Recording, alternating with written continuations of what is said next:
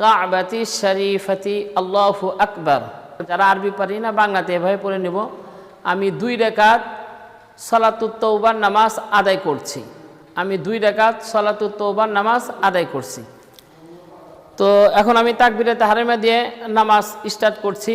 তাকবীরে তাহরিমা বলার সময় হাতের আঙ্গুলগুলো স্বাভাবিক অবস্থায় থাকবে, ফাঁকা থাকবে না, আবার লাগানো থাকবে না, কেবলামুখী থাকবে। প্রত্যেকটা আঙ্গুল কেবলামুখী থাকবে, এরকম থাকবে না। এরকম যাতে কোনো ক্রমেই না হয়, এই যেরকম কেবলামুখী থাকবে। এই বৃদ্ধা আঙ্গুলি কানের লতি বরাবর এবং এই পর্যন্ত আল্লাহু আকবার।